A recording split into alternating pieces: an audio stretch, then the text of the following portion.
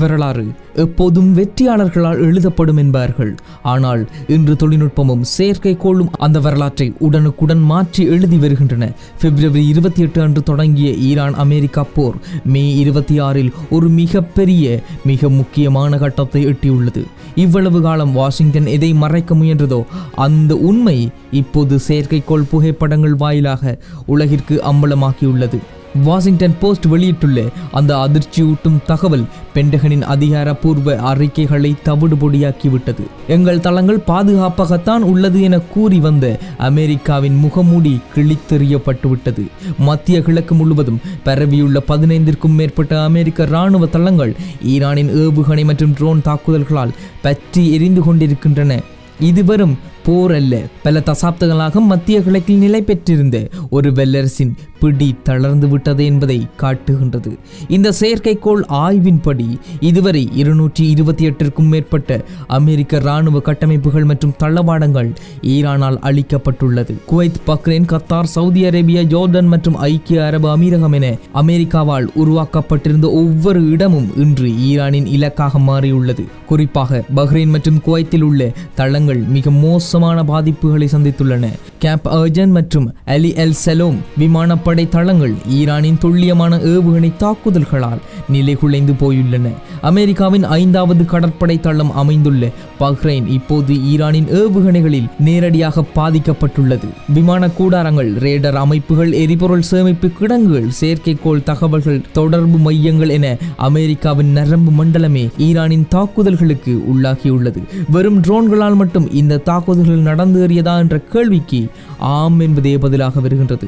உண்மையை சொல்ல போனால் வெறும் ட்ரோன்கள் தானே எங்களால் இலகுவாக அதை தடுத்து நிறுத்திவிட முடியும் என அமெரிக்கா அலட்சியமாக இருந்து விட்டது என்று அமெரிக்க ஊடகங்கள் கருத்து தெரிவித்து வருகின்றன. அமெரிக்காவின் இந்த அலட்சிய தன்மையே இப்பொழுது ஏற்பட்டிருக்கும் இந்த மாபெரும் அழிவுகளுக்கு காரணமாக அமைந்துள்ளது என அமெரிக்க ஊடகங்கள் அமெரிக்க ஜனாதிபதி டொனால்ட் ட்ரம்பை பார்த்து குற்றம் சாட்டி வருகின்றனர். அமெரிக்கா பெருமையாக கூறிக்கொள்ளும் பேட்ரியாட் மற்றும் தாட் ஏவுகணை தடுப்பு அமைப்புகள் ஈரானின் சாச்சுரேஷன் அட்டாக் எனப்படும் தொடர் தாக்குதல்களுக்கு முன்னால் மண்டியிட்டு விட்டது என அமெரிக்க ஊடகங்களே கருத்து தெரிவித்து வருகின்றன. செயற்கைக்கோள் படங்கள் உறுதிப்படுத்தும் ஒரு செய்தி என்னவென்றால் அமெரிக்காவின் இத்தகைய தற்காப்பு கவசங்களே நேரடியாக தாக்கி அளிக்கப்பட்டு விட்டது என்பதுதான். இது வெறுமனே ஒரு சாதாரண விடயமல்ல. உலகின் நாட்டாமை எனவும் உலகின் மிகப்பெரிய வல்லரசு எனவும் தன்னை தானே மார்தட்டி கொண்ட அமெரிக்காவிற்கு ஆக பெரும் இழப்புகளாக இவை மாறியுள்ளது. உண்மையை சொல்ல போனா அமெரிக்க அதிபர் டொனால்ட் ட்ரம்ப் இப்பொழுது ப்ராஜெக்ட் ஃப்ரீடம் என்ற பெயரில் நடத்தப்பட்ட இராணுவ நடவடிக்கையை கைவிட்டதற்கும் இப்படியான சம்பவங்கள் காரணமாக அமைந்திருக்க கூடுமோ என்ற அச்சம் எழுந்துள்ளது. அது மட்டும் இல்லாமல் அமெரிக்க அதிபர் டொனால்ட் ட்ரம்பின் இந்த போர் கொள்கை என்பது அமெரிக்காவின் பொருளாதாரத்தை அழிப்பதோடு மட்டுமில்லாமல் ஒட்டுமொத்த உலக பொருளாதாரத்தையும் அழித்து விட்டது என்றுதான் சொல்லியாக வேண்டும். ஒட்டுமொத்தமாக பார்க்க போனால் இந்த போரை அமெரிக்க அதிபர் டொனால்ட் ட்ரம்ப் ஆரம்பித்த காலத்தில் இருந்து அமெரிக்காவிற்கும் ஒட்டுமொத்த உலகத்திற்கும் அது மிகப்பெரிய பொருளாதார நாசத்தை ஏற்படுத்தியுள்ளது. ஒட்டுமொத்தமாக சொன்னால் இந்த போர் ஒரு தேவையற்ற போர் என மாறிவிட்டது. இப்பொழுது அமெரிக்கா பெருமையாக கூறிக்கொள்ளும் பேட்ரியாட் மற்றும் தாட் ஏவுகணை அமைப்புகள் ஈரானால் சிதறடிக்கப்பட்டதும் இந்த செயற்கைக்கோள் படங்கள் உறுதிப்படுத்தியுள்ளது. ஒரு செய்தி என்னவென்றால் ஒரு E3 வான்வெளி கட்டளை விமானம் மற்றும் ஒரு எரிபொருள் நிரப்பு விமானம் ஆகியவை தரையிலேயே வைத்து அழிக்கப்பட்டிருப்பது அமெரிக்க விமானப்படைக்கு விழுந்த மிகப்பெரிய பேரடியாக காணப்படுகின்றது. ஈரானின் தாக்குதல்கள் ஏதோ தோராயமாக நடக்கப்பட்டவை அல்ல. அவை மிக துல்லியமாக திட்டமிடப்பட்டு ரேடார் அமைப்புகள் போன்ற கட்டமைப்புகளை குறிவைத்து நடத்தப்பட்ட தாக்குதல்கள். உண்மையை சொல்ல போன ரேண்டம் இம்பாக்ட் எனப்படும் குறி தவறிய தாக்குதல்கள் எங்குமே இல்லை என அமெரிக்க ஊடகங்களே கருத்து தெரிவித்து வருகின்றது. அப்படியென்றால் ஈரானுக்கு பின்னிருந்து இந்த உளவு தகவல்களையும் ஈரானுக்கு பின்னிருந்து செயற்கைக்கோள் தகவல்களையும் கொடுப்பது ரஷ்யாவா அல்லது சீனாவா என்ற கேள்வி எழும்பியுள்ளது. உண்மையை சொல்ல போனா ரஷ்யாவும் சீனாவும் ஈரானுக்கு பல உதவிகள் செய்து வந்த நிலையில் இந்த போர் ஆரம்பித்த காலத்தில் இருந்து ஈரானுக்கு தேவையான உளவு தகவல்களை ரஷ்யா கொடுத்து கொண்டுதான் இருக்கின்றன என பல போரியல் ஆய்வாளர்கள் கருத்து தெரிவித்து வரும் இந்த நிலையில் ஈரானின் இத்தகைய தாக்குதல்கள் மூலமாக அது மெய்ப்பிக்கப்படுகின்றது. உண்மையை சொல்ல போனா இத்தகைய தாக்குதல்கள் ஈரானால் எப்படி செய்ய முடியுது என்று கேட்டா அதற்கு காரணம் இந்த உளவு தகவல்கள் என்றுதான் சொல்லியாக வேண்டும். அமெரிக்கா ஆரம்பத்தில் உயிர் சேதம் எதுவும் இல்லை என்று கூறினாலும் இப்போது கசிந்துள்ள தகவல்கள் வேறு விதமாக உள்ளது. குறைந்தது 7 அமெரிக்க வீரர்கள் கொல்லப்பட்டுள்ளனர், அதுவும் ஒற்றை தாக்குதலில். இதில் 6 பேர் குவைத்திலும் ஒருவர் சவுதி அரேபியாவிலும் பலியாகியுள்ளார். 400க்கும் மேற்பட்ட வீரர்கள் காயமடைந்துள்ளனர். இந்த தாக்குதல்களின் தீவிரம் காரணமாக பல தளங்களில் இருந்து அமெரிக்க வீரர்கள் அவசரமாக வெளியேற்றப்பட்டுள்ளனர். ஈரானின் ட்ரோன்கள் தொழில்நுட்பம் மற்றும் ஏவுகணை திறன் என்பது அமெரிக்காவின் வான் பாதுகாப்பு படைகளை ஒரு வாரத்திற்குள்ளேயே நிலைகுலைய செய்துவிட்டன என அமெரிக்க ஊடகங்கள் கருத்து தெரிவித்து வருகின்றன. அமெரிக்கா வைத்திருந்த ஏவுகணை தடுப்பு மருந்துகளில் பாதி அளவில் ஏற்கனவே தீர்ந்துவிட்டதாக இராணுவ ஆய்வாளர்கள் எச்சரிக்கின்றனர். அப்படியென்றால் இந்த போரை அமெரிக்கா ஆரம்பித்த காலத்தில் இருந்து அமெரிக்காவிற்கு ஆகப்பெரும் அழிவுகள் ஏற்பட்டு கொண்டுதான் இருந்திருக்கின்றது.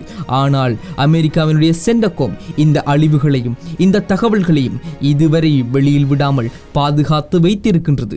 இப்பொழுது இந்த தகவல்கள் கசிந்ததன் பின்னர், அமெரிக்காவிற்கு ஏற்பட்டுள்ள இத்தகைய நாசகரமான அழிவுகளை பார்த்ததன் பின்னர் உண்மையில் ஈரான் ஒரு ஆளுமையான நாடாக கருதப்படுகின்றது.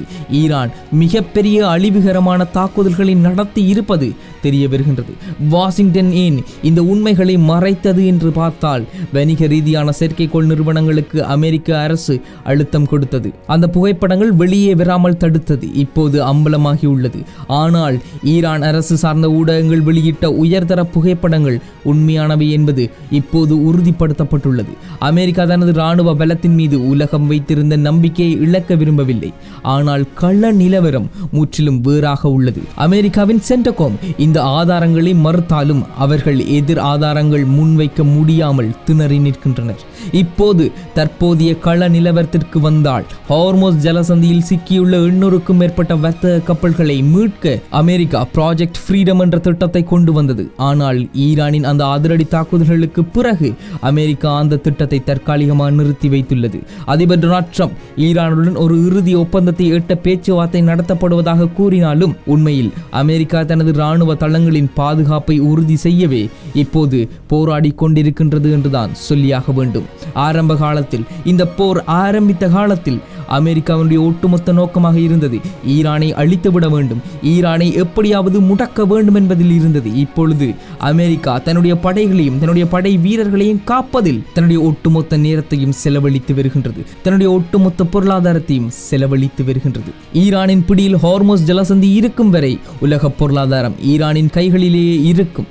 அமெரிக்கா தனது ஆபரேஷன் எபிக் ஃபியூரி எனப்படும் தாக்குதல் நடவடிக்கை முடிவுக்கு கொண்டு வரப்பட்டதாக அறிவித்தாலும் ஈரானின் வலிமை புரிந்து கொண்டதாகவே கருதப்படுகின்றது. ஒட்டுமொத்தமாக சொல்ல போனா, ஒரு வல்லரசின் வியூகங்கள் எப்படி தோல்வி அடைந்தன என்பதையும், நவீன ட்ரோன் போர் முறை என்பது எவ்வளவு தூரம் அழிவுகளை ஏற்படுத்தி இருக்கின்றது என்பதையும் எம்மால் இந்த சந்தர்ப்பத்தில் புரிந்து கொள்ள முடிகின்றது. ஒட்டுமொத்தமாக ஹோர்மோஸ் நீரிணை முதல் அமெரிக்காவின் பென்டகன் வரை இன்று ஒரே ஒரு கேள்விதான் எதிரொலித்துக் கொண்டிருக்கின்றது. ஈரானின் அடுத்த இலக்கு எது? அமெரிக்கா பின்வாங்குமா அல்லது இன்னும் மிகப்பெரிய தாக்குதலில் ஈடுபடுமா? காலம்தான் பதில் சொல்ல வேண்டும் என்று சொல்லியாக வேண்டும். இது IBC தமிழ்.